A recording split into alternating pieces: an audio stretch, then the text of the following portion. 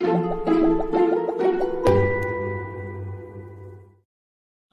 welcome to Fina Academy. Today we'll be sharing you the basics of personal financial management through organizing your balance sheet and income statement. So what is a balance sheet? Balance sheet basically means your assets minus your liabilities equals your net worth. Your net worth basically means what is the net financial asset value of all the things you have. So, what are assets? Assets are investments of capital appreciation potential or investment that can bring in income. So, for example, if you buy a property and you rent out, then it appreciates in price. It's considered asset. Bringing in income for you is also considered asset.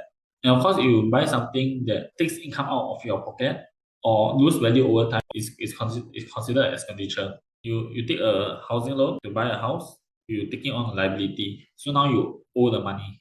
So just because you take a loan does not necessarily mean it's good or bad. It just means you're borrowing some money from the future that you have to pay in the present. Because the money that you borrow is backed by your credit worthiness. The bank or the person lend you money because they believe truly that you'll be able to pay back. So if you borrow money from your future self to use from the present, and then the money you borrow, you spend it off on things, experiences, trips, then next time your quality of life will worsen because you have to pay it back. But if you borrow money and then you spend it on things that appreciate, then of course when you pay back less lah. So that's basically how that works. But if you borrow money to buy a investment and end up the investment lose money, like that, you still have to pay back the debt. So now you got it's basically as good as spending it off. Which is why assets, right? You do assets are things that appreciate or things that will give you income. Liabilities are the debt you take on from your future self that you have to pay back. So when you take all your assets minus all your liabilities, that's your net worth.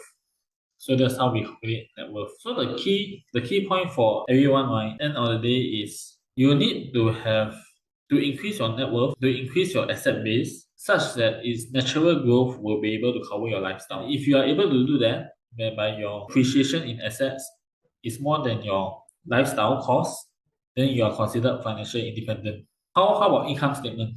Income statement basically is your income net of expenses. So you can have income from your investment income. You can have income by exchanging your own time to work for income. You can do a gig, you can do a full-time employment, you can do a full-time employment in the day and then a gig at night. So that is income. And what is expenses? Expenses is the things that you spend on a daily basis for your lifestyle.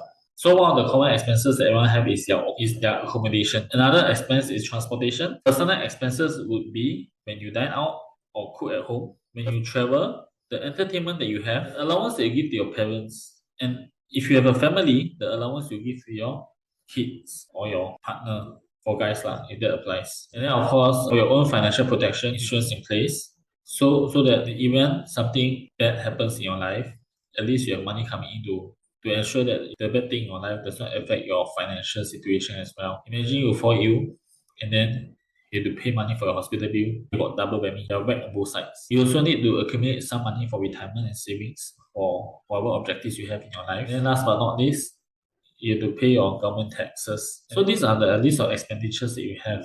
So usually what happens is people's expenditures tend to go in proportion to their income. The key to doing financial independence is to make sure you have enough saved aside such that one day your surplus income will be able to purchase asset. You will be able to add to your asset base, your net worth, such that one day the appreciation in your net worth will be able to cover your lifestyle expense and then you'll be financially independent. So that is the basics of the way you need to manage your money. You need to track your income received.